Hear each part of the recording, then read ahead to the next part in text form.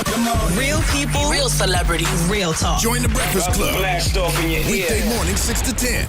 Morning, everybody. It's DJ Envy Angela Yee, Charlamagne the Guy. We are the Breakfast Club. Special guest with us this morning, Mr. John Witherspoon. Mr. Witherspoon. Hey, thank you for having me, y'all. Thank you. It's cold, but I'm happy to be here. You look good, man. 73 years young. 73. I'm gonna go to about 120. 120? You gonna clock out around 120? 120. About 4:30 in the afternoon. You know, you guys interest me, man, because we had Larry King up here a couple of days ago, and he's 81. 81. And it's just like y'all just keep moving. Y'all just keep going. He's 81. His wife is like 55 or something. That's a good combination. Yeah, it's a good gap. Real. What you think keeps you going, man? Working and getting this paper. Word. I was a broke man when I was coming up. See? Yeah. Yeah. But you haven't been broken a long time. But the fact is that you never forget. Mm-hmm. I was from a family of 11 kids. Right. Yeah. So we didn't have no paper. So now that I'm making money, I'm doing fine. Keeps me working is I used to go to school like cold as it is right now outside. Mm-hmm. I used to wear 2 left boots to school. My mother made me wear 2 left boots, 5th grade. I hear people say that. How do you wear 2 left boots? You got to, they kick your ass out the house. That's how you wear them. Who had the right boot? The left foot, the right foot. I don't know which, because the boots were 2 left boots. Got you. Yeah, so you never forget that when you're growing up, see. And you grew up in St. Louis? Detroit. Oh, Detroit. Okay. Mm-hmm. Motor City. My brother used to work at Motown. So I knew all the people. I knew Marvin Gaye and the Temps, and I played basketball with the Temps, and I know Smokey today. I knew all those people in Detroit. Right. Were you cool? You were cool with Bill Cosby. Huh? Were you cool with Bill Cosby? No, I didn't. I never met. I met him once, I think, in passing. Really? We were on an airplane, I think, and I met Bill Cosby, but I didn't. We weren't in the same arenas. They would never let me in the Playboy Club.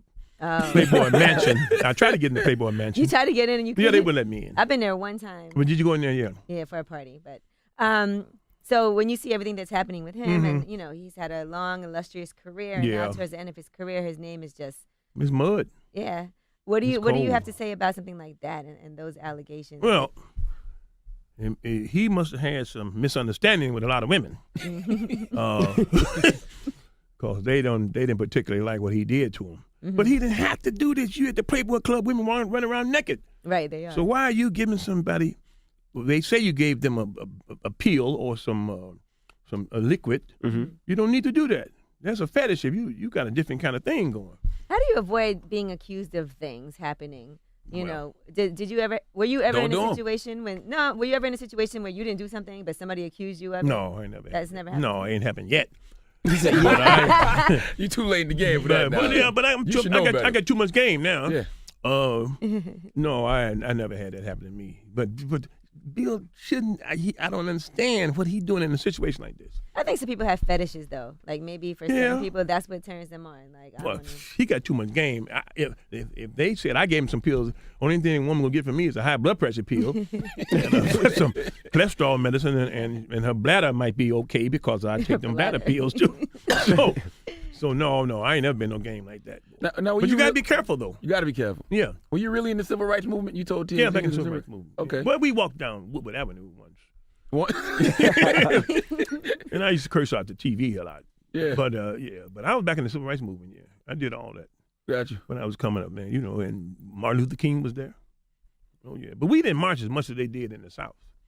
Because, everybody in Detroit in 1960 something like players, pimps. Yeah. Mm-hmm. They had the Cadillacs and the hair conked. Y'all drove down the block. Yeah, they drove with the woman sitting on the side with the red hair. Talking about we shall overcome. Yeah. You still got a light little conk going.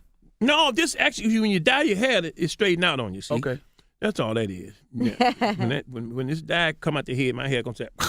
Now, what's your relationship with Eddie Murphy? He's just a good friend. He's still a good friend? Yeah, a real good friend, and I worked with him. He called me for jobs that I didn't even know I'm going to get. Really? He said, I want Spoon to do that. Mm-hmm. That's really cool. Richard Pryor used to do the same thing when I knew Richard. But Eddie, we worked on Vampire in Brooklyn together. We were there a lot together. You talking about somebody funny, when the cameras are off, that's when Eddie's just real funny. You know, did you see him on SNL the other night, the 40th anniversary? Yeah, I didn't see that. But the fact that part that they talking about Bill Cosby, that wasn't nothing anyway. Yeah.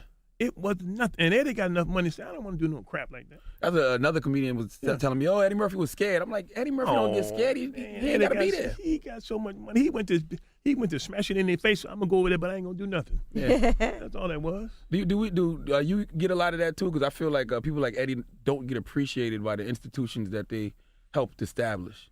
With me, I don't give a damn. I don't. People appreciate me, but I don't give a damn. They appreciate me or not. Got you. I got some money now. Yeah. Now, out of all the realize. movies that you've been in, what do you think deserves a part 2, a sequel? If every movie that you've been in, what would you love to see a part 2 of? But I don't know. Friday they need to do another one of those. That's when I make a lot of money on that one. You got to put the original cast. Got to be Chris Tucker. Everybody got to come back. Chris Tucker is not coming back. He got saved, and that's what I'm told. And he got his income tax stuff taken care of now with the government, so now he's fine. Right. But me, thinking about my little world, I like to have another fourth Friday. Because already the third Friday they pay you a lot of money, so they know they got to give you more money on the fourth one. Right. So that's the one I think I'd rather come back. And also I love Vampire in Brooklyn. That was a good movie. I had a lot of fun. Too. Oh yeah, it'd be funny. And it ended like it was going to be a sequel. Yeah, it did. Kadeem Hardison. Yeah, we've been. supposed to be the vampire, He was the vampire now. Yeah, and I was a limousine driver. But never did. Nobody picked it up. Yeah, and you get disappointed because I'm thinking to myself, boy, they're going to do a sequel on this because they ended like it's going to be a sequel. You said you worked with Robin Williams, too, on this when you used to work with Richard Pryor back in the day. Yeah, Robin had just come in town. Yeah. We were all-day players. We only got about $500 a week. And Robin had a little young dude. He was real scared. And they made him an extra. He was an extra in the movies. Richard Pryor would say, I want Spoon to be in this scene. Let Spoon do this. Let Spoon do this. And Robin, let him stand in the corner. But, he give Robin spots. So Robin was the lawyer when I was charged with raping a white woman. I remember that. He was our lawyer. And let him ad-lib. We both ad-lib. And it's a funny scene. You got charged with raping a white woman? In the movie. In the movie. Lord, no. Charlie, what is wrong with you? No. He said, I just asked you, did you ever get accused of something? No. I ain't That's never. just the movie. I ain't got tried raping no white woman. You said Robin was a coke fiend? Was he in drugs there? He wasn't a coke fiend or a drug dealer. He loved cocaine. And one time, he saved me because, I was, I would hit everybody coke. But one time I bought a gram of cocaine of my own. And I had no idea how much you get. I know you get that little pile for $100. I was shocked. And so I'm hitting my little coke. I had my little spoon around my neck in the back of the Comedy Store. And so Robin came in there, and I'm hitting his joint. Yeah, man. And Robin came and said he want to hit my coke. I gave him the coke. Yeah, Robin, here. I gave him the spoon off my neck. He went into my little vial, that little brown vial, and hit that coke and turned it to the side and flipped some coke out there and said, I said, damn, Robin. He sniffed my whole label. I didn't know you was the Hoover vacuum cleaner company. Coke was regular back then, though. Oh, yeah. That's like weed now. Well, you know what? When Richard Pryor come off stage, the coke man would have somebody at the door to give his bodyguards and stuff coke to give to Richard. If you like it, you can buy more. That's what they do. They give you a lot of coke. They wouldn't give it to me, but they give it to Richard. For Richard Pryor's biopic, have they asked you just for some consulting, like maybe some good stories since you know him so well? Well, I knew. Well, you know what happened? In the Comedy Store back then, I was the MC, the host of the show, and Richard would come in. I didn't know he was in the room. He'd be sitting in the back, and he would say, "I would come by. Hey, Richard, how you doing, man? What are you doing here? You know, come by and see how you doing, Spoon." But I know he want to go on stage, but I need to coax him into going on stage. Right. He would never come there and say, I want to go on stage. So I had to do something. I said, Richard, you want a drink? I'll get you a drink. Yeah, someone give me in there. So I know to give him. I give him a drink. Now I leave and come back again. So I said, Richard, so you okay, man? Everything good? Want to go on stage? He said, no. I just come see how you doing, Spoon. So I walk away again. And then the third time, I said, Richard, just go up on stage and let everybody know that we get big stars coming to the Comedy Store. Right. He said, okay, Spoon. I go up there and say, he said, when am I going? I said, you're going next. So I put him on. He stayed up there an hour and a half. Oh, Wow. man. Yeah. Then he have his secretary call me the next day and say, tell Spoon, thank you for putting me on stage. Getting me on stage. Wow. He was that kind of person. Who owned the Comedy Store? Mitzi Shore. Sammy Shore's wife. She took it from him when they got a divorce. And Paulie Shore's mama. Right. You know, I remember there was all kind of legal issues with that recently. Yeah. That's between the two brothers. Yeah. And his sister. Because Mitzi is so feeble now, I don't think she know her name. Do you still go to places like that, just pop up yourself at Comedy? Oh, no. I haven't done that in 20-some years. I got a son that go to the Comedy Store now, Laugh Factory. Oh, so you don't work out no more. You just do straight shows. If I want to try something new, I try it on. on the stage where I'm working. Gotcha. I never go to the comedy store and try it out. When I do David Letterman show, I used to be so nervous and all that stuff, man. 7 minutes, I do that stuff. I go on the show and work at work. But he's my friend, so we, he'll ask me different questions that's not even on the list. So that makes it funny, see. Right. We can be ourselves. But you the OG now, so they say, like, you too old to get booed. Ain't nobody gonna boo you now. Oh, no, I'm getting booed. They may holler at me. Yeah. I was in a Constitution Hall. I didn't even know what the dude said. He way back there, about 4,200 people. Somebody back there, you can't talk way back there. Yeah. I didn't even acknowledge it. But then he stopped. Somebody around him probably told him, shut up. Do you get mad at some of your old stuff like bang, bang, bang, bang, or No. 30, 40, 50 minutes in the bathroom? Like, Oh, do yeah. you get mad at that? Because when I was going to introduce you, I almost said, and now we have to bang, bang, because that's No. do you get mad at that? No, hell no. No? That made me. Mm-hmm. I can't believe somebody don't want anybody to say, like, dynamite. What's his name? Jimmy Walker didn't want people to say dynamite. Mm-hmm. Oh, no. That's what made me living where I'm living. Was that ad-lib or was that written in the script? Was that improv? It was all ad-lib. It was on Boomerang. Mm-hmm. Because the whole scene in Boomerang was ad-lib. There was no script. Richard Pryor, I was in L.A. Eddie Murphy said he wants Spoon to play David Allen Grill's daddy in Boomerang. And so Paramount, they were over budgeted already on the Boomerang. You notice that my scene wasn't even had nothing to do with the movie. Mm-hmm. It's just me coming to visit my son. They said they don't want Spoon, whoever he is, to play this new scene. Mm-hmm. And they told Reginald Hutland, we don't want nobody. Who is this Spoon anyway? And and Eddie said, I want Spoon to play the part. We're not going to finish the movie till he do it. Wow. They flew me all the way from L.A. to New York, and I picked all them clothes I put on. I picked all that out. And I went in my little dressing room and wrote my little stuff down, what I'm going to say. So I said, all you got to do is ask me when I walk in the door, how do I pick my clothes? Mm-hmm. So first when we shot the scene, Martin Lawrence was the one opening the door. Mm-hmm. Eddie saw so much, how much laughs we were getting, he told Martin to keep walking to his seat.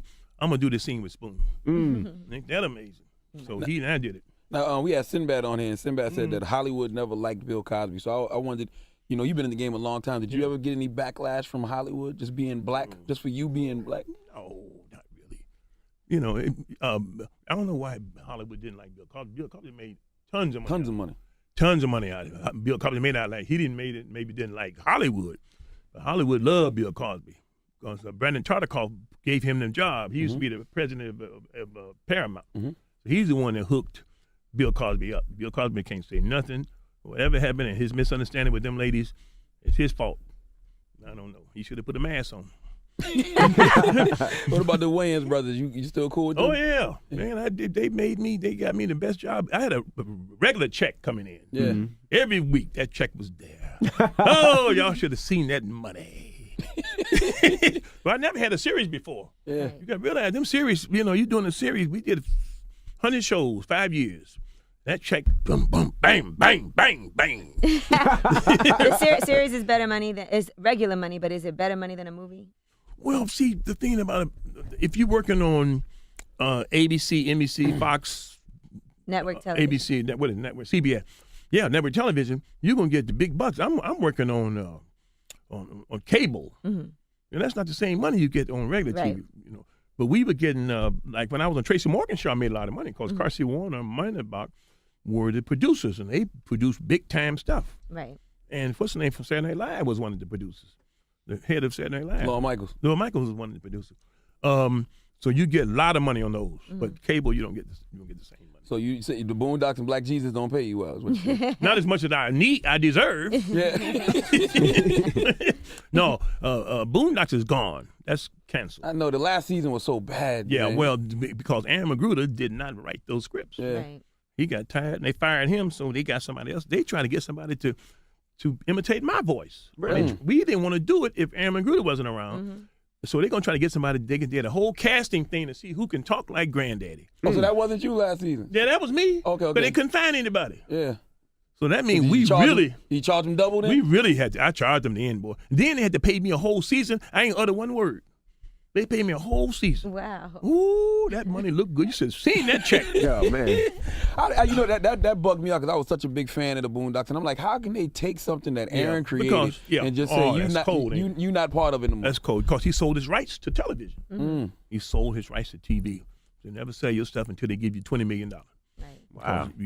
He sold his rights. And he can do a movie, but he's doing other stuff now. See? Yeah, like Black Jesus. He's doing Black Jesus. That's gonna be a big hit. You wait till this next season. Oh, I love Black Jesus. It's gonna be a bigger. They did the little show here, a little easy show, 10 episodes to see if anybody like it, and it went over big time. And now this new season coming, they say they wrote a lot of new stuff, and it's gonna be too cold. You play a homeless person in Black Jesus. How did you prepare for that role? Did you go sleep on the street every now and then? No, I don't need that. Because I used to wear two left boots. I know about being broke.